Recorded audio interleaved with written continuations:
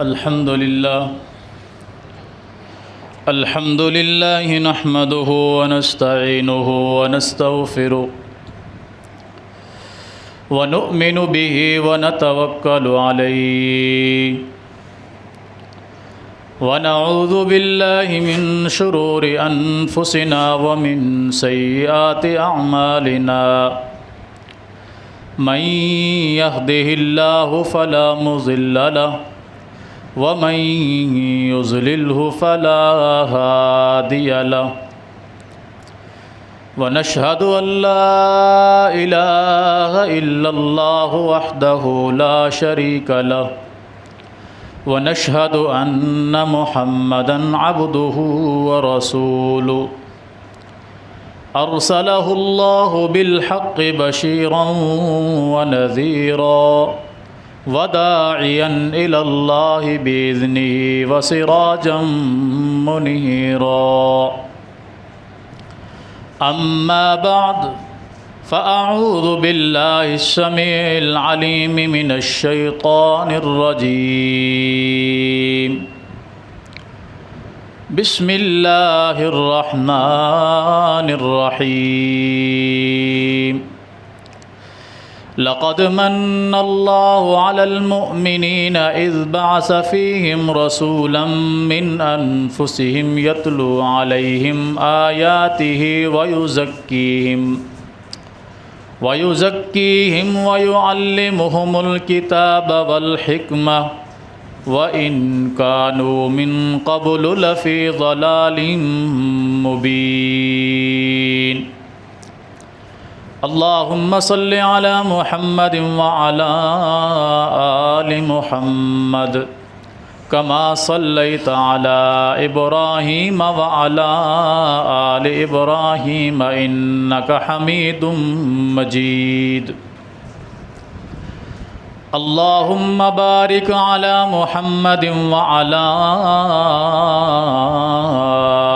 آل محمد كما باركت على إبراهيم وعلى آل إبراهيم إنك حميد مجيد رب اشرح لي صدري ويسر لي أمري واحلل عقدة من لساني يفقهوا قولي رب زدني علما اللهم انفعنا بما علمتنا وعلمنا ما ينفعنا وزدنا علما سبحانك لا علم لنا إلا ما علمتنا إنك أنت العليم الحكيم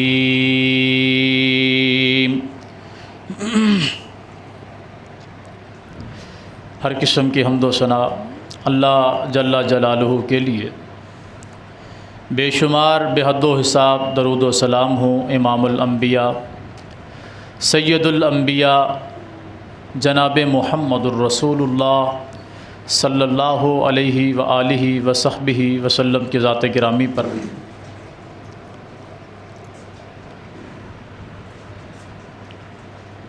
سورہ آل عمران کی آیت مبارکہ میں نے آپ کے سامنے تلاوت کی ہے۔ اللہ رب العالمین نے انسانوں پر جتنے احسانات کیے ہیں ان میں سے کسی احسان کا یہاں ذکر نہیں کیا،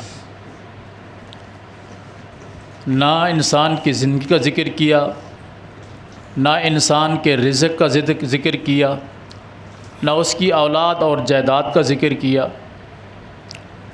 بلکہ انسانوں میں سے بھی ایک مخصوص طبقہ ہے مومنوں کا، مسلمانوں کا، ان کا ذکر اللہ نے یہاں کیا ہے۔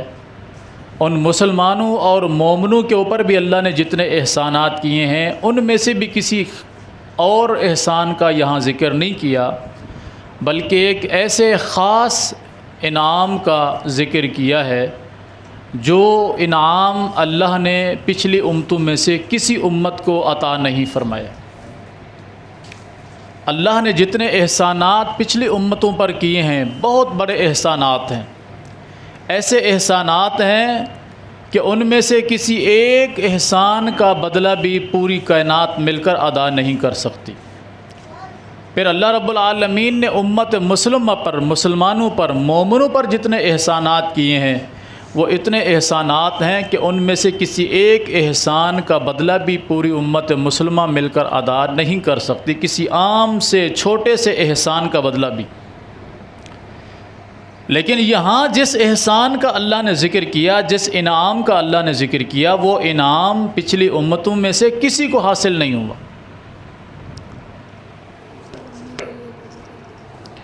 وہ احسان ایسا ہے کہ کسی امت کو وہ احسان نصیب نہیں ہوا، وہ انعام نصیب نہیں ہوا۔ وہ احسان اور انعام کیا ہے؟ وہ محمد الرسول اللہ صلی اللہ علیہ وسلم ہے۔ اللہ نے ہمیں محمد الرسول اللہ صلی اللہ علیہ وسلم کی امت میں پیدا فرمایا، ہمیں جو احسان عطا فرمایا، انعام عطا فرمایا، وہ جناب محمد الرسول اللہ صلی اللہ علیہ وسلم کی شکل میں ہے۔ اور فرمایا کہ البتہ تحقیق اللہ نے مومنوں پر بڑا احسان کیا کہ جب انہی میں سے ان کے اندر ایک رسول بھیجا جو انہیں تعلیم دیتے ہیں، انہیں جو ہے گناہوں سے پاک ہونے کی تلقین کرتے ہیں اور انہیں اللہ کی کتاب سکھاتے ہیں، اور تحقیق تم لوگ میرے اس رسول کے آنے سے پہلے واضح گمراہی کے اندر تھے۔ جب یہ رسول مکرم صلی اللہ علیہ وسلم تمہارے درمیان تشریف نہیں لائے تھے، تم واضح گمراہی کے اندر تھے۔ اللہ نے تم پر احسان کیا کہ تمہارے اندر جناب محمد الرسول اللہ صلی اللہ علیہ وسلم کو مبعوث فرمایا۔ کیا شان اور شوکت ہے اس پیغمبر صلی اللہ علیہ وسلم کی کہ جن کا تذکرہ اللہ نے قرآن میں فرمایا اور مومنوں پر سب سے بڑا احسان کے طور پر اسے بیان کیا گیا۔ اس پیغمبر صلی اللہ علیہ وسلم کی شریعت مطہرہ کا اگر ہم مطالعہ کریں، بحیثیت مسلمان ہمارے لیے اتنا اعزاز کافی ہے کہ ہم محمد الرسول اللہ صلی اللہ علیہ وسلم کی امت میں سے ہیں۔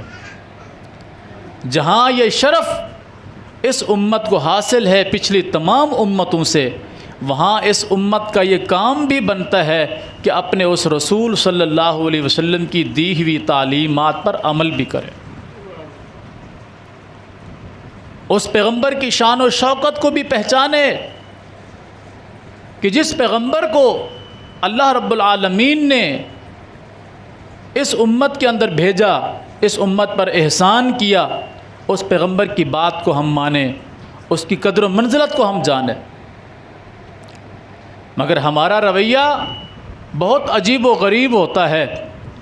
ہم اپنے آپ کو مسلمان تو کہتے ہیں، مومن تو کہتے ہیں، یہ بھی کہتے ہیں کہ ہماری جان بھی حضور پہ قربان، ہماری اولاد بھی حضور پہ قربان، ہمارا مال بھی حضور پر قربان، لیکن جب اللہ اور اس کے رسول کے احکامات کو ماننے کی باری آتی ہے تب ہمارا رویہ 120 ڈگری سینٹی گریڈ سے بھی زیادہ پیچھے چلا جاتا ہے، بالکل الٹ ہو جاتے ہیں۔ یہ رمضان المبارک کا بابرکت مہینہ گزرا، آج اس کا آخری روزہ ہے۔ اس رمضان المبارک میں 5 جمعے الحمدللہ آئے ہیں، 5 جمعے۔ یہ آج جمعۃ الوداع آپ کہیں کہ رمضان المبارک آج سے ہم سے رخصت ہو رہا ہے۔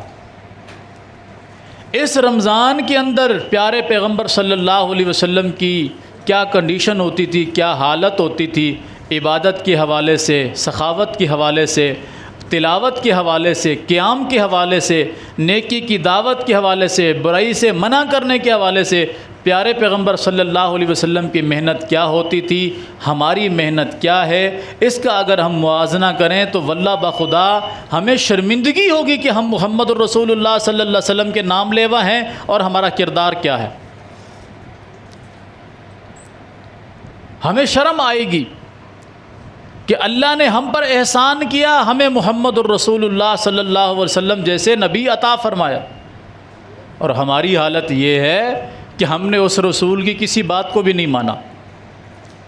دعویٰ ہے ہمارا قیامت کے دن حضور ہماری شفاعت کریں گے، ہم بخشے جائیں گے، حضور کے جھنڈے کے سائے کے نیچے ہوں گے، یہ سارے صرف دعوے ہیں، جھوٹی امیدیں ہیں۔ اس لیے جھوٹی امیدیں ہیں کہ ہم نے اپنے دل کو تسلی دی ہوئی ہے، تم ٹینشن نہ لو، تم پیارے پیغمبر کے امتی ہو، تم جنتی ہو، تمہاری جنت میں جانے سے تمہیں کوئی نہیں روک سکتا کیونکہ تم رسول اللہ کے امتی ہو۔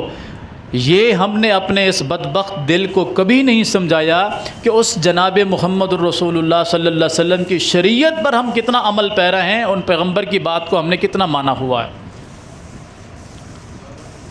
عمل سے ہم لوگ کورے ہیں، عمل سے ہم لوگ پیچھے ہیں، دعوے کے اندر سب سے آگے ہے۔ میں آخری پیغمبر کا امتی ہوں، میرے آخری پیغمبر تمام انبیاء کے سردار ہیں، اس میں کوئی شک نہیں، مگر میں نے پیغمبروں کے سردار پیغمبر کی کتنی بات کو مانا ہے، یہ ہمیں دیکھنا۔ ہمارا رمضان گزر گیا، ہم نے اس میں کیا پایا کیا کھویا، ہمیں اس کا محاسبہ کرنا چاہیے۔ آیا کہ ہم نے اس رمضان المبارک میں اپنے گناہوں کو بخشوانے کی کوشش کی ہے، اپنے رب کو راضی کرنے کی کوشش کی ہے؟ رمضان کا جو مقصد تھا لوگوں کو سمجھانے کا، لوگوں کے اندر کوئی تبدیلی لانے، کیا میرے اندر بھی کوئی تبدیلی آئی ہے؟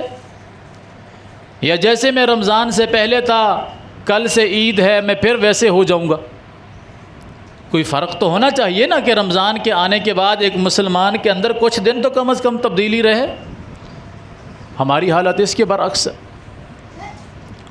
رمضان المبارک کا مہینہ گزر گیا، خوش نصیب تھے وہ لوگ جنہوں نے اس کا راتوں کو قیام کیا، دن میں اس کی قرآن کریم کی تلاوت کی، رات کو قرآن کی تلاوت کی، دن میں بھی نمازیں پڑھیں، رات میں بھی قیام کیا، دن بھر روزہ رکھا، صدقات و خیرات کیے، اللہ کی راہ میں مال خرچ کیا، لوگوں کو نیکی کی دعوت دی، برائی سے منع کیا، اور یہ سب انہوں نے اگر اللہ کی رضا کی خاطر کیا ہے تو خوش نصیب ترین لوگ ہیں وہ لوگ جنہوں نے یہ اعمال انجام دیے۔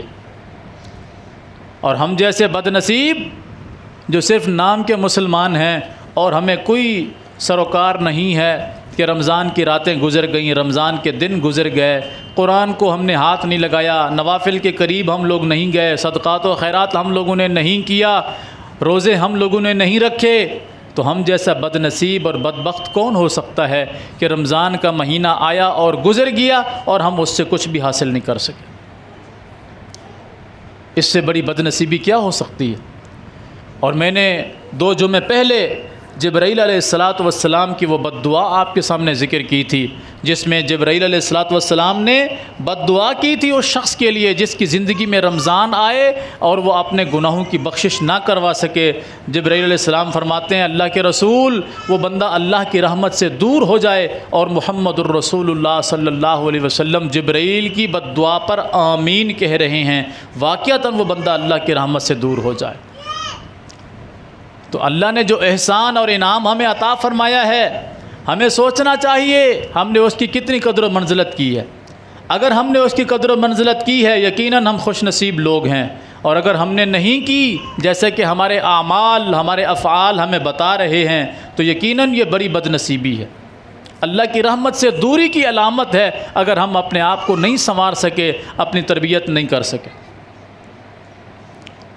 ایک مسلمان کے لیے اتنا حکم کافی تھا کہ اسے اللہ نے حکم دیا نماز پڑھ، اسے چاہیے تھا وہ نماز پڑھتا۔ ایک مرتبہ نہیں، کئی مرتبہ قرآن کے اندر اللہ رب العالمین نے نماز کا حکم دیا، ہم پھر بھی نہیں پڑھتے۔ زکوٰۃ کا حکم دیا، ہمارے پاس مال ہوتا ہے ہم پھر بھی خرچ نہیں کرتے۔ اللہ اس کی سزا کیسے دیتا ہے کہ گورنمنٹ ایسی مسلط کر دیتا ہے، حکومت ایسے لوگوں کی مسلط کر دیتا ہے، پھر جو لوگوں کا مال غصب طریقے سے ناجائز طریقے سے چھینتے ہیں وہ کس شکل میں ہے؟ وہ ٹیکسز کی شکل میں ہے۔ کبھی بجلی کے بل میں ٹیکس لگا دیا، کبھی گیس کے بل میں ٹیکس لگا دیا، کبھی ٹیلی فون پہ ٹیکس لگا دیا، خرید و فروخت کی چیزوں پہ ٹیکس لگا دیا۔ وہ جو ہم 2.5% اللہ کا حق نہیں دے رہے تھے وہ کئی 100% ہم ٹیکس کی شکل میں دے رہے ہوتے ہیں۔ یہ اللہ کی طرف سے سزا نہیں ہے تو اور کیا ہے؟ اگر ہم اللہ کی بات کو مانتے ہمارے پاس جو مال تھا، اگر ہمارا مال زکوٰۃ کے نصاب کو پہنچتا تھا، ہم 2.5% مال ایمانداری سے ادا کرتے، طریقہ ادا کرتے، اس کا نصاب ادا کرتے، ہم پر یہ ذلت اور رسوائی نہ ہوتی۔ ہم نے اللہ کے حق کو مارا، اللہ نے ہمیں دیا ہوا سب کچھ چھین لیا۔ اس سے بڑی بدنصیبی کیا ہو سکتی؟ روزے کا اللہ نے حکم دیا، پچھلی امتوں پر بھی تھا، ہم نے اس کو گزار دیا کسی بہانے سے، محنت مزدوری کے بہانے سے، کسی بیماری کے بہانے سے، کبھی کسی بہانے سے، کبھی کسی بہانے سے ہم اس سے محروم رہ گئے۔ ہم سے بڑا بدنصیب کون ہوگا؟ قرآن کے ہم لوگ نزدیک نہیں گئے کہ قرآن کو پڑھیں، اس میں اللہ نے کیا لکھا ہے، ہمیں کیا ہدایات کی ہیں، ہمیں کس چیز کا حکم دیا ہے، کس چیز سے روکا ہے، قرآن ہماری کیا تعلیم و تربیت کرتا ہے، ہم اس کے نزدیک نہیں گئے۔ اس سے بڑی کوئی بدنصیبی ہو سکتی؟ ہیں ہم مسلمان، ہیں ہم مومن، میں سنی ہوں، میں اہل حدیث ہوں، میں فلانا ہوں، میں فلانا ہوں، میں سب کچھ ہوں، کیا میں انسان اور پکا مسلمان بھی ہوں؟ میرے رب نے جو مجھے شرف اور مقام عطا فرمایا تھا، کیا میں اس پہ پورا اترا ہوں؟ یہ صرف میرے کھوکھلے نام ہیں، دعوے ہیں، اور اس کے علاوہ کچھ بھی نہیں ہے۔ اللہ تعالی ہم سب کو ہدایت نصیب فرمائے۔ آج کے خطبے میں ہم چند ایک باتیں کریں گے جو مسائل کے حوالے سے ہوں گی۔ رمضان المبارک کا مہینہ گزر گیا، اللہ رب العالمین نے رمضان کے مہینے کے ختم ہونے کے بعد جب شوال کا چاند نظر آ جائے، عید کی نماز سے پہلے پہلے مسلمانوں پر صدقۃ الفطر کو واجب قرار دیا، تاکہ جو روزوں کے اندر کمی بیشی رہ گئی ہے وہ پوری ہو جائے۔ جو کمی کوتاہی روزوں کی حالت میں ہو گئی، روزے کی حالت میں بندے نے جھوٹ بول دیا، کوئی بری بات کہہ دی، کوئی اس سے غلطی سرزد ہو گئی، کوئی کمی کوتاہی اس سے ہو گئی ہے، اس کو دور کرنے کے لیے اللہ نے صدقۃ الفطر مقرر کیا۔ اور یہ صدقۃ الفطر اس لیے بھی ہے کہ ہمارے روزوں کی بھی پاکیزگی مکمل ہو جائے، ساتھ میں فقراء اور مساکین کو خوشیوں میں شامل کرنے کے لیے ان تک یہ اپنا صدقۃ الفطر پہنچا دیا جائے، اس لیے بھی اللہ نے اس کو مقرر کیا تاکہ وہ بھی خوشیوں میں شریک ہو سکے۔ اور یہ کب ادا کرنا ہے؟ نماز عید سے پہلے پہلے، نماز عید سے پہلے پہلے اس کو ادا کرنا ہے۔ اگر کسی نے نماز عید کے بعد اس کو ادا کیا تو اس کا صدقۃ الفطر نہیں ہوگا بلکہ عام صدقہ ہوگا۔ نماز عید الفطر سے پہلے پہلے اس کو ادا کرنا ہے۔ رمضان کے آخری دن بچے ہوئے ہوں، 1 یا 2 دن، تب بھی ادا کیا جا سکتا ہے۔ اس سے پہلے ادا کریں گے تب بھی وہ صدقۃ الفطر نہیں ہوگا، عید کے بعد ادا کریں گے تب بھی وہ صدقۃ الفطر نہیں ہوگا۔ ایک تو یہ سب ذہن میں رکھیں مجھ سمیت کہ ہم نے اپنا صدقۃ الفطر کل عید کی نماز ادا کرنے سے پہلے پہلے ادا کرنا ہے۔ وہ کس میں سے ہے؟ جو چیزیں ہم نارمل طریقے سے کھاتے ہیں، گندم ہے، جو ہے، چاول ہے، کھجور ہے، جو بھی چیزیں ہم کثرت سے استعمال کرتے ہیں، ہر چیز میں سے 2.5 کلو پر ہیڈ کے حساب سے، گھر کے 4 افراد ہیں تو ہر بندے کی طرف سے 2.5 کلو گندم یا چاول، آٹا، کوئی بھی چیز جو جنس ہم استعمال کرتے ہیں وہ صدقۃ الفطر کے اندر ادا کرنی چاہیے۔ یہ جو اس پر نصاب مقرر کیا جاتا ہے پیسوں کا، اگرچہ اس پر کچھ علماء متفق ہیں، لیکن رسول اللہ صلی اللہ علیہ وسلم کے زمانے میں بھی یہ کرنسی موجود تھی، سونا چاندی سکوں کی شکل میں موجود تھا، پھر بھی صحابہ کرام اس جنس میں سے صدقۃ الفطر ادا کرتے تھے۔ تو بہترین اور سنت کا طریقہ یہی ہے کہ اس جنس سے ادا کیا جائے، فقراء اور مساکین کو دیا جائے، لیکن اگر اس کی جگہ پر اس کی قیمت دی جائے تو یہ بھی، اس پر بھی علماء کا اتفاق ہے کہ یہ بھی دی جا سکتی ہے۔ 2.5 کلو پر ہیڈ کے حساب سے، گھر کے 4 افراد ہیں تو 10 کلو ہو گیا ہر آدمی کی طرف سے، اس میں بچہ ہو، بوڑھا ہو، عورت ہو، مرد ہو، جوان ہو، کسی عمر کا ہو، یہاں تک کہ اگر عید کی نماز سے پہلے آپ کے گھر میں بچے کی ولادت ہو گئی ہے تو اس کی طرف سے بھی آپ نے صدقۃ الفطر ادا کرنا ہے۔ ایک تو یہ کام ہے جو ہم نے ضروری کرنا ہے، ہر صورت میں کرنا ہے۔ عید کی نماز کے بعد ادا کریں گے تو پھر وہ عام صدقہ صدقۃ الفطر نہیں۔ دوسرا، رمضان المبارک کا مہینہ گزر چکا ہے، آج آخری دن ہے، ہم نے اپنا محاسبہ بھی کرنا ہے کہ ہم نے اس میں کیا پایا ہے، کیا کھویا ہے، کیا ہم اس سے کچھ حاصل کر پائے ہیں۔ جس طرح ہم روزے کی حالت میں گناہوں سے بچے ہیں، اپنے آپ کو حرام کاموں سے بچا کر رکھا ہے، اللہ ہمیں یہ توفیق دے کہ ہم اگلے 11 مہینوں میں بھی اسی طرح اپنے آپ کو محفوظ رکھیں۔ اگر رمضان میں ہماری حالت کچھ اور ہے، چاند کا نظر آتے ہی ہماری حالت کچھ اور ہو جائے، تو اس کا مطلب یہ ہے کہ پھر ہم نے رمضان کو سمجھا ہی نہیں، پھر ہم اس فصلی بٹیرے کی طرح ہیں جو فصلیں تیار ہو جاتی ہیں، تب وہ بٹیروں کی بڑی بڑی جھالریں آ جاتی ہیں، بڑے بڑے جھنڈ آ جاتے ہیں، فصل ختم ہو جاتے ہیں تو بٹیرے بھی چلے جاتے ہیں۔ تو فصلی بٹیرا نہ بنے، یعنی رمضانی مسلمان نہ بنے، پکے مسلمان بنے۔ صرف رمضان کے اندر اپنے آپ کو گناہوں سے بچانا، نیکی کا حکم دینا، برائی سے منع کرنا، اللہ کی راہ میں خرچ کرنا، یہ عادت رمضان میں صرف نہیں ہونی چاہیے بلکہ پورا سال ہونی چاہیے۔ یہ ہمیں اپنا محاسبہ کرنا ہے۔ اور اس کے ساتھ ساتھ جس طرح ہم جمعے کی نماز کے اندر شامل ہوتے ہیں، دیکھیں ابھی کتنے لوگ ماشاءاللہ جمعے میں موجود ہیں، کیا یہ عام نمازوں میں بھی ہوتے ہیں؟ تو کیا ہفتے میں صرف جمعے کی نماز ہمارے اوپر فرض ہے یا باقی 5 نمازیں بھی ہیں؟ کیا خیال ہے؟ دن میں 5 نمازیں ہیں نا، تو ہم باقی 5 نمازیں کہاں ادا کرتے ہیں؟ جمعے کی نماز میں تو یہ ابھی حال بھرا ہوا ہے، عام نمازوں میں ہم کہاں ہوتے ہیں؟ اذان ہو رہی ہوتی ہے، ہم سن رہے ہوتے ہیں، پھر بھی نہیں آتے۔ تو کیا صرف جمعہ مسلمانوں پر فرض ہے یا باقی نمازیں بھی مسلمان پر فرض ہیں؟ اور بغیر عذر کے بھی گھر میں نماز نہیں ہوتی تو ہماری نمازیں کہاں ہو رہی ہیں؟ اللہ کا شکر ہے ہم پڑھتے ہی نہیں ہیں۔ کیا خیال؟ ضرورت بھی نہیں ہے نا پڑھنے کی، کیا ضرورت ہے پڑھنے کی؟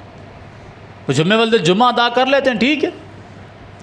اور کل عید کا دن ہے، کل عید کا دن ہے، دیکھیے گا ہر جگہ پر ہزاروں کی تعداد میں رش ہوگا، حالانکہ وہ سنت ہے یا فرض کفایہ ہے، اتنا زیادہ سے زیادہ وہ فرض کفایہ ہے۔ یہ اگر یعنی ہر بندہ عید کی نماز نہیں پڑھے گا تو ایسا نہیں ہے کہ وہ گناہ گار ہے، اس پہ سب کا رش ہوگا، گویا کہ وہ پوری امت پر فرض کر دی گئی ہے۔ اس میں ہماری ٹھاٹ باٹ ہوگی، نئے کپڑے کاٹن کے، یہ وہ کلف لگا ہوا، گدھے کی طرح اکڑے ہوئی ہماری لباس، شکل و صورت۔ آج رات نائیوں کے پاس آپ جا کر دیکھیے گا، جو ہم داڑھیوں کا حشر کریں گے نا مسلمان، اللہ کی پناہ، یہ کیا ہے؟ کل کی عید کی تیاری ہو رہی ہے۔ منہ مکالا کریں گے، داڑھیوں کے ساتھ اس کی ایسی کی تیسی کر دیں گے، اس کے ڈیزائن بنوائیں گے، اس کے خط بنوائیں گے، سر کو گدھے کی طرح کچھ ادھر سے کاٹیں گے، کچھ ادھر سے کاٹیں گے، یہ ڈیزائن بن رہے ہوں گے کل کی عید کی تیاری کے لیے۔ یہ کون ہے؟ مسلمان۔ شرم سے ڈوب کے مر جانا چاہیے، امت محمدیہ کے فرد بھی کہلاتے ہو اور اللہ کے رسول کی سنت کا مذاق بھی اڑاتے ہو۔ ان لوگوں کو بھی شرم آنی چاہیے جو حجامت کا کام کرتے ہیں، نائی کا کام کرتے ہیں، وہ اپنی روزی کے لیے اللہ کے رسول کی سنت کے ساتھ مذاق نہ اڑائیں۔ اور ہم جانے والوں کو بھی شرم آنی چاہیے کہ ہم کس کا مذاق اڑا رہے ہیں؟ وہ جس کو اللہ نے اپنے انبیاء کے چہروں پہ سجایا، ہم اس کا مذاق اڑا رہے ہیں، کاٹ کے اس کو گٹروں کے اسی پاؤں کے نیچے پھینک رہے ہیں، پھر وہ جھاڑو دے گا تو وہ گندگی میں پھینک دے گا، ڈھیر میں پھینک دے گا۔ یہ کیا ہے؟ یہ انبیاء کے چہرے کا تاج ہے، چہرے کے اوپر سجا ہوا بہترین اللہ کی طرف سے تحفہ ہے، جسے ہم کاٹ کے گٹر میں بہا دیں گے۔ یہ بحیثیت مسلمان ہیں۔ انہی سے پوچھو کہ وہ فلاں بندہ نے، اس نے معاذ اللہ استغفر اللہ اسلام کے خلاف بات کی ہے، اللہ کی قسم ہم سارے مجاہد بن جائیں گے۔ کون؟ جو ابھی تازہ اس داڑھی شریف کے اوپر اس طرح پھروا کر آیا ہے نا، اپنا پپو شریف منہ بنا کے آیا ہے بندر کی طرح، یہ بھی میدان جہاد میں کود پڑے گا کہ اچھا اس نے اسلام کے خلاف بات کی ہے، اس کی ایسی کی تیسی. وہ اپنی شکل کو نہیں دیکھا کہ میں یہودی کی شکل لے کر ابھی سامنے آیا ہوں، میں تازہ حضور کی سنت پہ اس طرح چلا کر آیا ہوں. یہ بھی اس گستاخ رسول کو مارنے کے لیے تیار ہوگا جس نے ابھی گستاخی کی ہے رسول اللہ صلی اللہ علیہ وسلم کی سنت کی. یہ مسلمان ہے. وہ بندہ جسے اللہ نے حکم دیا تھا نماز پڑھنے کا، نماز اس پہ فرض کی تھی، میرے پیارے پیغمبر صلی اللہ علیہ وسلم بیماری کی حالت میں چل نہیں پا رہے، 2 صحابہ کے کندھے پہ ہاتھ رکھ کے نماز کے لیے جا رہے ہیں، آپ کے انگوٹھے مبارک زمین کے اوپر گھسٹ رہے ہیں، نشان پڑ رہے ہیں. اس حالت میں بھی پیغمبر علیہ الصلوۃ والسلام نے نماز نہیں چھوڑی. یہ بے نمازی بھی اس گستاخ کو مارنے کے لیے آگے ہوگا جو اللہ اور اس کے رسول کے حکم کو نہ مان کر گستاخی کر رہا ہے. وہ انسان جس نے قرآن کو پس پش ڈال دیا، جس کی شکایت قیامت کے دن رسول اللہ صلی اللہ علیہ وسلم کریں گے. وقال الرسول یا رب ان قوم اتخذوا هذا القرآن مہجورا. رسول قیامت کے دن اللہ کے سامنے شکایت پیش کریں گے، یا اللہ یہ میری امت ہے جس نے قرآن کو پس پش ڈال دیا تھا، نہیں پڑھتے تھے، نہیں اس پر عمل کرتے تھے. یہ بدبخت بھی اس گستاخ رسول کو مارنے کے لیے آگے جا رہا ہے جو قرآن کو ہاتھ بھی نہیں لگاتا. پھر وہ جو ایک افواہ پھیلائی گئی ہے کہ فلاں بندے نے گستاخی کی ہے، وہ کی ہے یا نہیں کی، ہم سب اس کو مارنے کے لیے میدان جہاد میں کود پڑے ہیں، اور ہم اپنے گھر کی حالت نہیں دیکھ رہے کہ میں دن بھر میں کتنی مرتبہ اللہ کی گستاخی کرتا ہوں، اس کے رسول کی گستاخی کرتا ہوں. ہم اپنے گربان میں جھانکتے بھی نہیں. کیا منہ دکھائیں گے ہم قیامت کے دن رسول اللہ صلی اللہ علیہ وسلم کو؟ ایمانداری سے بتائیں. میں گھر کا سربراہ ہوں، آپ میں سے ہر بندہ اپنے گھر کا سربراہ ہے. اگر ہمارے گھر والے کوئی الٹا سیدھا کام کر لیں اور ان کو یہ دل میں ڈر ہو، خوف ہو کہ شام کو گھر کا سربراہ آئے گا، اگر یہ کام الٹا سیدھا ہوا ہوگا وہ ہمیں ڈانٹے گا، ہم اس کو کیا منہ دکھائیں گے؟ کس منہ سے ہم اس کو جواب دیں گے کہ ہم سے یہ کام غلط کیوں ہو گیا؟ یہ ہمیں احساس ہوتا ہے کہ نہیں ہوتا؟ بحیثیت مسلمان کبھی ہم نے بھی سوچا ہے ہم قیامت کے دن محمد الرسول اللہ صلی اللہ علیہ وسلم کو کیا منہ دکھائیں گے جو ہماری وجہ سے سجدے کے اندر سر جھکائیں گے اور اتنا لمبا سجدہ کریں گے؟ اللہ کے رسول صلی اللہ علیہ وسلم فرماتے ہیں اس سے پہلے میں نے زندگی میں اتنا لمبا سجدہ نہیں کیا، نہ اس کے بعد اتنا لمبا سجدہ کروں گا. تب تک میں سجدے میں سر رکھے رکھوں گا جب تک میرا رب مجھ سے یہ نہ فرما دے کہ جائیے میں نے اپنی آپ کی امت کو معاف کر دیا ہے. وہ پیغمبر جو ہمارے لیے سر سجدے میں رکھیں گے، ہم نے اس پیغمبر کے ساتھ کیا وفاداری کی ہے؟ کیا جب اس پیغمبر کو بتایا جائے گا، صحیح بخاری میں، صحیح مسلم میں، دیگر کتب کے اندر احادیث موجود ہیں، نبی علیہ الصلوۃ والسلام فرماتے ہیں میں حوض کوثر پر بیٹھا ہوں گا، میرے دائیں سائڈ پہ ابو بکر، بائیں سائڈ پہ عمر بیٹھے ہوں گے، ہم لوگوں کو کوثر کا جام پلا رہے ہوں گے. لوگ آئیں گے، میں ان کو پہچان لوں گا کہ یہ میری امت کے لوگ ہیں. جب وہ میرے قریب آئیں گے، فرشتے میرے اور ان کے درمیان پردہ عائل کر دیں گے اور ان کو مجھ سے دور لے جانا چاہیں گے. میں کہوں گا ان کو آنے دو، یہ میری امت کے لوگ ہیں، میں ان کو پہچان چکا ہوں، آنے دو، یہ مجھ سے حوض کوثر کا جام پی لیں. فرشتے مجھ سے کہیں گے اے اللہ کے رسول آپ نہیں جانتے انہوں نے آپ کے آنے کے بعد آپ کے دین میں کتنا بگاڑ پیدا کیا تھا، آپ کو نہیں معلوم. میں کہوں گا سحقن سحقن لمن غیر بعدی، دور لے جاؤ ان کو میری نظروں سے جنہوں نے میرے آنے کے بعد میرے دین میں بگاڑ پیدا کر دیا. کیا خیال ہے ہم دین کے اوپر عمل پیرا کر رہے ہیں یا نمازیں نہ پڑھ کر، روزے نہ رکھ کے، دین پہ عمل نہ کر کے دین کے اندر بگاڑ پیدا کر رہے ہیں؟ کیا قیامت کے دن ہمیں یہ امید ہے کہ ہمیں فرشتوں کی وہ جماعت حضور سے دور نہیں لے جائے گی؟ ہمارا شمار اس گروہ میں نہیں ہوگا جن کو فرشتے اللہ کے رسول سے دور لے جائیں گے. ہمیں یہ امید ہے کہ ہم اس گروہ میں نہیں ہوں گے؟ کیا ہمیں یہ امید ہے ہم اس گروہ میں شامل ہوں گے جو گروہ رسول اللہ صلی اللہ علیہ وسلم کے ہاتھوں سے حوض کوثر پیے گا؟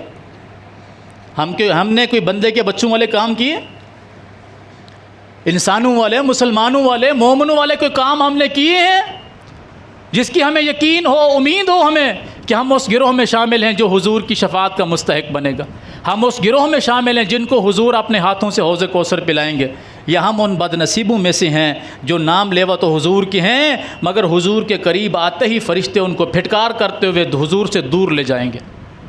اللہ ہمیں ایسے گروہ میں سے نہ کرے۔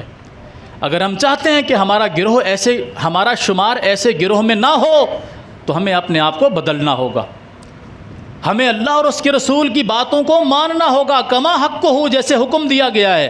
ایسے نہیں کہ میٹھا میٹھا حق اور کڑوا کڑوا تھو، جو دل مانے اس پہ عمل کر لے، جس کو نہ مانے دل اس کو چھوڑ دیں۔ سیزن آئے تو مسلمان بن جائیں، سیزن چلا جائے تو یہود و نصارہ کے بھی ہم باپ نکلیں۔ اگر ہماری کنڈیشن ایسے رہی واللہ بخدا ہم اپنا نقصان کریں گے، بڑا نقصان کریں گے۔ قرآن نے کیا کہا ہے؟ اللہ اکبر کبیرہ، حل اتاک حدیث الغاشیہ، کیا آپ کو ڈھانپ لینے والی کی خبر ملی ہے؟ اللہ اپنے پیغمبر سے فرما رہے ہیں حل اتاک حدیث الغاشیہ، اے رسول صلی اللہ علیہ وسلم کیا آپ کو ڈھانپ لینے والی کی خبر ملی ہے؟ اللہ اکبر۔ وجوہ یومئذ خاشیہ، وہ ڈھانپ لینے والی چیز وہ ہے کہ جس دن لوگوں کے چہرے سیاہ ہو چکے ہوں گے۔ گھر میں جا کر ترجمے کا قرآن اٹھا کر پڑھیے گا، 30ویں پارے میں سورہ الغاشیہ کا ترجمہ پڑھیے گا۔ وجوہ یومئذ خاشیہ، جس دن بہت سارے چہرے ڈرے ہوئے ہوں گے، کانپ رہے ہوں گے، تھرا رہے ہوں گے۔ وہ کون سے چہرے ہوں گے؟ عاملۃ ناصبہ، ساری زندگی نیکیاں کرتے رہے ہوں گے، ساری زندگی نیکیاں کرتے رہے ہوں گے۔ عاملۃ ناصبہ، عمل کر کر کے تھک گئے ہوں گے۔ ہم تو کرتے بھی نہیں، اللہ کا شکر ہے۔ کیا خیال؟ آپ بھی حیران ہوتے ہیں کہ قاری صاحب بھی بے وقوف ہے، عمل نہیں کرتے پھر بھی کہتے ہیں اللہ کا شکر ہے۔ تو اور کون سا جملہ استعمال کریں؟ نماز ہم نہیں پڑھتے، روزہ ہم نہیں رکھتے، قرآن ہم نہیں پڑھتے، مسجد میں ہم نہیں آتے، دین کی بات پہ ہم عمل نہیں کرتے، دین سننا ہم نہیں چاہتے۔ ہاں ابھی یہاں باہر ایک مجلس لگا دیں، تھیٹر لگا دیں، بڑی LCD لگا دیں، اس پہ فلم چلا دیں، 2000 3000 کی ٹکٹ لگا دیں، ہم چوری کر کے بھی ڈکیتی کر کے بھی اس فلم کو دیکھنے کے لیے جائیں گے۔ اللہ کے گھر میں جنت فری ملتی ہے۔ نماز ادا کرنے سے جنت ملتی ہے کہ نہیں ملتی؟ قرآن کی تلاوت کرنے سے اللہ جنت دیتا ہے کہ نہیں دیتا؟ رسول کی بات کو ماننے سے جنت ملتی ہے نہیں ملتی؟ فری میں ملتی ہے، نہیں خریدتے۔ وہاں بے حیائی کے کام میں ہم چوری کر کے بھی پیسے پورے کر کے شامل ہوتے ہیں۔ تو یہ کیا حالت ہے ہماری؟ ہیں بھی مسلمان، مومن ہیں، نبی کی امت میں سے ہیں، تو یہ تو ہم تو عمل کرتے ہی نہیں ہیں نا۔ یہ جو کرتے ہیں ان کی حالت ہے عاملۃ ناصبہ، عمل کر کر کے تھک گئے ہوں گے، عمل کر کر کے نمازیں پڑھی ہیں، روزے رکھے ہیں، حج کیے ہیں، زکوٰۃ دی ہے، مال و اسباب کو خرچ کیا ہے، نیکیوں کی دعوت دی ہے، گناہوں سے بچنے کی کوشش کی ہے، سب کچھ کیا ہے، تسلا نارن حامیہ، پھر بھی جہنم میں ڈالے جا رہے ہیں۔ عمل کر کر کے تھک گئے ہیں، پھر بھی جہنم میں ڈالے جا رہے ہیں، اور ہم تو ویسے بھی نہیں کرتے۔ عمل کرنے والوں کی یہ حالت ہے، نہ کرنے والوں کی کیا حالت ہوگی؟ کیا وجہ ہے عمل کرنے کے باوجود جہنم میں جا رہے ہیں؟ کیونکہ وہ تین طرح کی بیماریاں ہیں۔ نمبر 1، اس عمل کے اندر ریاکاری شامل ہے۔ لوگ دیکھ رہے ہوں تو نماز بڑے شوق سے پڑھتے ہیں، کوئی نہ دیکھ رہا ہو تو کوے کی طرح ٹھونگے مارتے ہیں۔ لوگ دیکھ رہے ہوں تو قرآن بڑے خوبصورت آواز میں پڑھتے ہیں، نہ دیکھ رہے ہوں تو کرتے کرتے یعلمون تعلمون ہو جاتا ہے۔ یہ ہمارا قرآن کے ساتھ حشر ہوتا ہے۔ لوگ دیکھ رہے ہوں تو میں روزے سے ہوں، نہ دیکھ رہے ہوں تو روزے کی حالت میں ماں بہن کی گالیاں بھی دیتا ہوں میں۔ یہ عمل بھی تو کر رہا ہوں نا، نیکی، نماز بھی پڑھ رہا ہوں، روزہ بھی رکھا ہوا ہے، قرآن کی تلاوت بھی کر رہا ہوں، لیکن اس کو ان عبادتوں کا حشر نشر کر رہا ہوں میں۔ عبادتیں بھی کر رہا ہوں لیکن ان عبادتوں کو برباد بھی کیے جا رہا ہوں۔ تو بڑے عمل کر لیے لیکن تسلا نارن حامیہ، اللہ فرماتے پھر بھی وہ جہنم میں ڈالے جائیں گے۔ عبادت کرتے ہیں، نیک عمل کرتے ہیں، مگر ان کی حفاظت نہیں کرتے، ان نیک اعمال کو سنت کے مطابق نہیں کرتے، اللہ اور اس کے رسول کے حکم کے مطابق نہیں کرتے۔ اپنی منمانی ہے، ٹائم ملا تو نماز پڑھ لی، نہیں ملا تو چھوڑ دیا، جیسے آتی ہے ویسے پڑھ لی۔ یہ نہیں دیکھا رکوع کیسے کرنا ہے، سجدہ کیسے کرنا ہے، قیام کیسے کرنا ہے، کیا کیا اس میں پڑھنا ہے، کس طریقے سے میں نے وضو کرنا ہے، کس طریقے سے میں نے طہارت حاصل کرنی ہے، بس جیسے آتا ہے کیے جاؤ۔ ماں باپ نے جیسے سکھایا، جیسے اساتذہ نے سکھایا، جیسے بڑوں نے سکھایا، بس اسی کا نام دین ہے۔ یہ وہ اعمال ہیں جن کے کرنے کے باوجود بھی اللہ جہنم میں ڈالے گا۔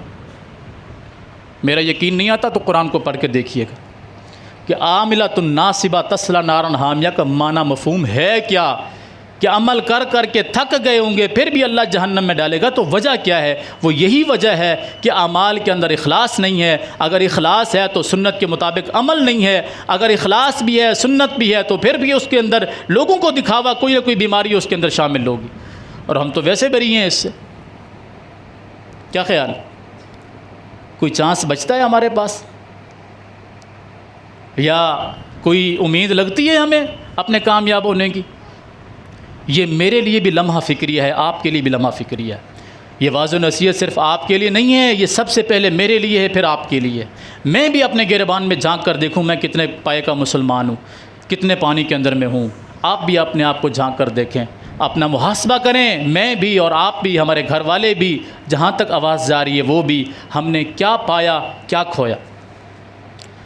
اور کل عید کا دن ہے، خوشی کا دن ہے، بڑے بڑے اجتماع ہوں گے، بڑے بڑے مجمع ہوں گے، مسجدیں بھری ہوئی ہوں گی، میدان بھرے ہوئے ہوں گے. اور اس کے بعد اسی عید کے بعد 2-4 گھنٹے کے بعد ظہر کی نماز ہوگی. پھر مسجدیں بھی خالی ہوں گی، مدرسے بھی خالی ہوں گے، میدان بھی خالی ہوں گے. کیوں؟ سارے لوگ اللہ کا شکر ہے آرام فرما رہے ہوں گے. یہ ہے ہم مسلمانوں کی حالت.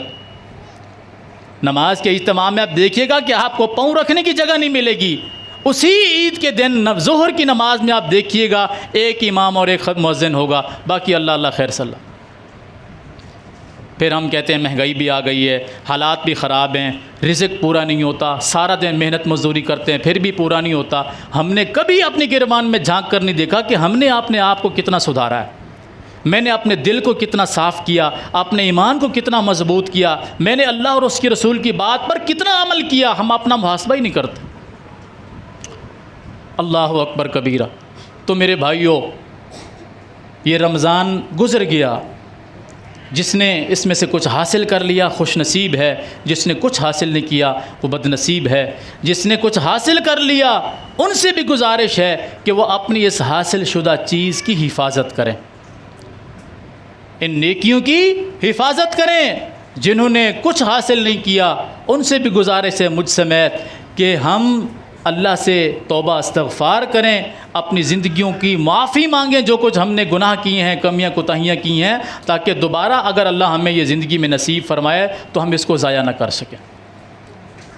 اور اس کا متبادل حل یہ بھی ہے کہ ہم اگلے دنوں میں کم از کم اپنے آپ کو سدھار لیں. کوئی پتہ نہیں ہم میں سے کس کی زندگی کی کب شام ہو جائے، کب ہماری موت واقع ہو جائے.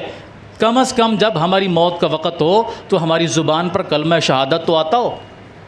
اور یہ تبھی ممکن ہے جب ہم اس پر عمل پیرا ہوں گے. اللہ تعالیٰ عمل کرنے کی توفیق عطا فرمائے. اور ایک مسئلہ ہے نماز عید الفطر کے حوالے سے، وہ نماز عید الفطر ہو یا نماز عید الاضحیٰ ہو. رسول اللہ صلی اللہ علیہ وسلم کی عادت مبارکہ تھی کہ آپ کھلے میدان میں نماز ادا کرتے تھے. سنت کا طریقہ تو یہ ہے. لیکن اگر کھلا میدان آپ کے پاس موجود نہ ہو یا وہاں انتظامات کرنا مشکل ہو تو پھر آپ مسجد کے اندر بھی نماز ادا کر سکتے ہیں. اور اس عید کی نماز میں خواتین بھی شامل ہوں. رسول اللہ صلی اللہ علیہ وسلم حکم دیا کرتے تھے ان خواتین کو، حتیٰ کہ ایسی خواتین جو ناپاکی کی حالت میں ہیں وہ بھی، ان کو بھی حکم دیتے تھے کہ وہ عیدگاہ کے کناروں پر رہیں تاکہ جب دعا ہو وہ مسلمانوں کی دعا میں شامل ہو. سیدہ ام عطیہ رضی اللہ تعالیٰ عنہ بیان فرماتی ہیں اللہ کے رسول صلی اللہ علیہ وسلم کی طرف سے ہمیں حکم دیا جاتا تھا ہم اپنی بالغ نوجوان بچیوں کو، یہاں تک کہ ان بچیوں کو بھی، ان عورتوں کو بھی جنہوں نے نماز نہیں پڑھنی اپنے شرعی عذر کی بنا پر، ہم ان کو بھی اپنے ساتھ لے کر آئیں اور وہ نماز کے اندر شامل ہو. رسول اللہ صلی اللہ علیہ وسلم سے کسی خاتون نے پوچھ لیا اللہ کے رسول صلی اللہ علیہ وسلم اگر ہم میں سے کسی کے پاس اوڑھنے کے لیے چادر نہ ہو، غربت کا یہ عالم تھا کہ خواتین کے پاس پردہ کرنے کے لیے چادریں بھی مہیا نہیں تھیں، اللہ کے رسول اگر ہمارے پاس چادر اوڑھ کر آنے کے لیے چادر مہیا نہ ہو تو ہم کیا کریں؟ فرمایا تم اپنی سہیلی سے، اپنی پڑوسن سے چادر ادھار لے لو، اوڑھ کے آ جاؤ، عید میں شریک ہو جاؤ، پھر جا کر واپس کر دینا. ہمارے یہاں آج کہتے ہیں نہیں نہیں نہیں نہیں نہیں، عورتیں اگر عیدگاہ جائیں گی، مسجد میں جائیں گی تو فتنے فساد کا سبب بنیں گی. یہی عورت شادی بیاہ میں جا سکتی ہے، کئی طرح کا، کئی ہزار کا میک اپ کر کے، بن سنور کے، قربانی کا دمبا بن کے یہ شادی بیاہ میں جا سکتی ہے، یہ بازار میں جا سکتی ہے، یہ مارکیٹ میں جا سکتی ہے، یہ دربار پہ جا سکتی ہے، یہ اللہ کے گھر میں نہیں آ سکتی۔ اس سے بڑا ظلم کیا ہے؟ اس کو بازار ہم لے کے جا رہے ہیں، بناؤ سنگار کر کے بازار جا رہی ہے عورت۔ وہ بناؤ سنگار تو اس کے اپنے شوہر کے لیے کرنا چاہیے تھا نا، باہر کس کو دکھانے جا رہی ہے؟ ہماری غیرت برداشت کرتی ہے، میری بیوی ہے نا، غیرت برداشت کرتی ہے، ٹھیک ہے، تمہیں کیا فرق پڑتا؟ اسی طرح آپ بھی یہی سوچتے ہیں کہ میری بیوی ہے، میری بیٹی ہے، وہ اگر بناؤ سنگار کر کے جا رہی ہے تو مولویوں کو کیا تکلیف ہے؟ بھی مولویوں کو کوئی تکلیف نہیں ہے، تکلیف اس بات کی ہے کہ اللہ کے گھر میں آنے سے منع کر رہے ہو، غیرت گوارا نہیں کرتی کہ اللہ کے گھر میں عورت جائے نماز پڑھنے کے لیے، دماغ خراب ہے تمہارا، فتنے فساد کا دور ہے۔ اور بھائی بازار میں تمہارے لیے سیکورٹی گارڈ بیٹھے ہوئے ہیں، مارکیٹ میں تمہارے لیے چوکی دار بیٹھے ہوئے ہیں، شادی بیاہ کے اوپر تمہارے محافظ بیٹھے ہوئے ہیں، شرم نہیں آتی کہ اللہ کے گھر میں آنے سے منع کر رہے ہو؟ جہاں عبداللہ بن عمر رضی اللہ تعالی عنہ نے اپنے بیٹے سے کہا تم اللہ کی بندیوں کو اللہ کے گھر میں آنے سے نہیں روکو، عبداللہ بن عمر کے بیٹے نے کہا میں اپنی بیوی کو مسجد میں نہیں جانے دوں گا۔ صحابی رسول ہیں عبداللہ بن عمر، ڈبل صحابی کے بیٹے ہیں، عبداللہ بن عمر خود بھی صحابی ہیں، باپ بھی صحابی ہے۔ ان کا بیٹا کیا کہہ رہا ہے؟ میں اپنی بیوی کو مسجد میں نماز پڑھنے کے لیے نہیں جانے دوں گا۔ انہوں نے کہا اللہ کی قسم، اللہ کی قسم اگر تم نے ایسا کیا میں آج کے بعد تم سے بات نہیں کروں گا۔ مرتے دم تک دو عبداللہ بن عمر نے اپنے بیٹے سے بات نہیں کی کہ تم نے نبی کی حدیث کی مخالفت کی ہے، میرے پیغمبر نے فرمایا اگر عورت اللہ کے گھر میں جا کر نماز پڑھنا چاہتی ہے تم اس کو منع نہ کرو، اور تم کہتے ہو میں نہیں جانے دوں گا۔ میں عبداللہ بن عمر قسم کھاتا ہوں مرتے دم تک تم سے بات نہیں کروں گا، اور مرتے دم تک اپنے بیٹے سے بات نہیں کی نبی کی حدیث کی مخالفت کرنے پر۔ اور میں کہتا ہوں عورت مسجد میں جائے گی تو فتنے کا سبب بنے گی، بازار میں وہ کیا کرنے جا رہی ہے؟ وہاں قرآن کی تلاوت کرنے جا رہی ہے، واعظ و نصیحت کرنے کے لیے جا رہی ہے، وہ وہاں تہجد ادا کرنے جا رہی ہے، دربار پہ جا سکتی ہے وہاں تہجد پڑھنی ہے، مارکیٹ میں جا سکتی ہے وہاں قرآن خوانی کرنی ہے، نہیں آ سکتی تو اللہ کے گھر میں نہیں آ سکتی۔ کیوں نہیں آ سکتی؟ یہاں فتنے فساد کا ڈر ہے۔ افسوس ہے ایسے انسان کی عقل پر جو بناؤ سنگار کر کے مارکیٹ میں لوگوں کو دکھانے کے لیے لے جا رہا ہے، یہ غیرت کا مرا ہوا انسان وہ اللہ کے گھر میں با پردہ ہو کر آنے پر اس کو منع کر رہا ہے۔ اور میں نے صحیح بخاری سے آپ کو حدیث سنائی ہے، کوئی میکا لال اس حدیث کا رد کر دے رب کعبہ کی قسم میرا خون بھی اس میں معاف ہے۔ ام عطیہ کہتی ہیں رسول اللہ صلی اللہ علیہ وسلم ہمیں حکم دیتے تھے ان عورتوں کو بھی ہم ساتھ لے کر آئیں، کیونکہ نماز مسجد میں ادا نہیں ہوتی تھی، کھلے میدان میں ہوتی تھی، ہم ان عورتوں کو بھی ساتھ لے کر آئیں جو نماز نہیں پڑھنی جنہوں نے، لیکن وہ پھر بھی مسلمانوں کی دعا میں شامل ہوں، یہ اللہ کے رسول کا حکم ہوتا تھا۔ میری غیرت اللہ کے رسول کے حکم سے بھی بڑی ہے، معاذ اللہ استغفر اللہ۔ رسول حکم دے رہے ہیں لے کے آؤ اپنی بہنوں کو، بیٹیوں کو، گھر والیوں کو، اپنے گھر کی خواتین کو۔ میری غیرت کیا آتی ہے؟ فتنے فساد کا ڈر ہے۔ میری غیرت یہاں بڑی زندہ ہوتی ہے جب میں اس کو بناؤ سوا کر کے اپنی گاڑی پہ، اپنی موٹر سائیکل پہ، یا اس کو ہاتھ پکڑ کے میں مارکیٹ میں گھما رہا ہوں، وہ مجھ سے آگے چل رہی ہے، میں الو کا پٹھا بن کے پیچھے اس کا تھیلا اٹھائے ہوئے ہوں، بچہ اٹھائے ہوئے ہوں، وہ آگے جا رہی ہے، وہ مجھے اشارہ کر رہی ہے یہاں رک جاؤ میں یہاں سے لے لوں کچھ، یہاں رک جاؤ میں وہاں سے خریداری کر رہی ہوں، یہ میری ملکہ بنی ہوتی ہے، میں اس کا غلام بنا ہوا ہوتا ہوں، اور میری غیرت تب جاگتی ہے جب میں اس کو مسجد میں آنے کے لیے اجازت دیتا ہوں۔ بحیثیت مسلمان ہمیں شرم کرنی چاہیے، غیرت کرنی چاہیے۔ جہاں ہماری غیرت زندہ ہونی چاہیے تھی وہاں ہم خود لے کے جا رہے ہیں، جہاں اللہ اور اس کے رسول کا حکم تھا وہاں ہم منع کر رہے ہیں۔ اللہ عمل کرنے کی توفیق دے۔ اللہ ہمیں شرم، حیا اور غیرت نصیب فرمائے، ہے نہیں ویسے ہمارے اندر، اللہ ہمیں نصیب فرمائے، اللہ ہمیں توفیق دے، اللہ ہمارے اندر ایمان کو زندہ کر دے، غیرت اور حیا اور شرم کو زندہ کر دے، کہ ہماری غیرت اسلام کے متعلق جاگنی چاہیے، اسلام کے دفاع میں جاگنی چاہیے، اسلام پر عمل پیرا ہونے کے لیے ہماری غیرت زندہ ہونی چاہیے کہ ہم بحیثیت مسلمان اسلام سے کہیں دور نہ ہو جائیں، اللہ کی رحمت سے دور نہ ہو جائیں، اللہ کی رحمت کو ہم ٹھکرا نہ بیٹھیں، اس پر ہماری غیرت زندہ ہونی چاہیے۔ اس لیے نہیں کہ میں مسلمان ہوں، میں مومن ہوں، مرد ہوں، بس میں آ گیا، میں نے نماز جمعہ پڑھ لیا، باقی ہفتہ پورا میں بھی نہیں پڑھوں گا۔ 7 نمازیں تو ہم نہیں پڑھتے نا، 5 نمازیں 7 دنوں میں نہیں پڑھنے آتے نا، تو جمعے والے دن آ گئے، میں نے جمعہ پڑھ لیا، بس یہ میں جا کے سارا واعظ و نصیحت اپنے گھر والوں پہ جھاڑ دوں گا، ان کی بھی چھٹی میری بھی چھٹی پورا ہفتہ۔